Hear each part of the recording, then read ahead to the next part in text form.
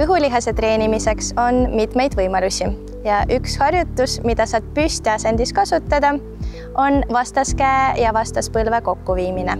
Selleks pane käed kuklale ja sellest asendist proovi viia küünarnukk ja põlv kokku. Hoia ja tule algasendisse tagasi. Korda harjutus ka teisele poole. See harjutus on väga hea alternatiiv nendele harjutustele, mille algasendiks on seliliasend, ehk siis seda saad ilusti teha ka looduses.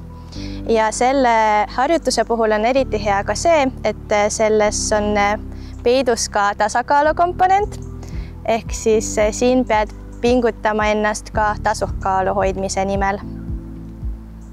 Kõhu ja kerelihaste harjutuseks sobib väga hästi ka klassikaline, väga hästi tuntud plank.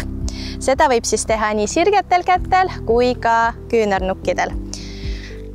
Sirgete kätega plank näeb välja selline, kus su õlad on täpselt randmete kohal ja su kogu keha on hästi pingutatud, et ta ei ole ei allapoole ega üleliigselt üles kerkinud.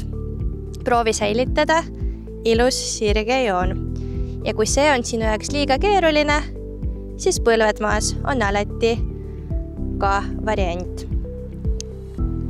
Lisaks tavalisele plangu asendile, mis on sirgetel kätel, sa võid kasutada ka küünarvars toengu varianti.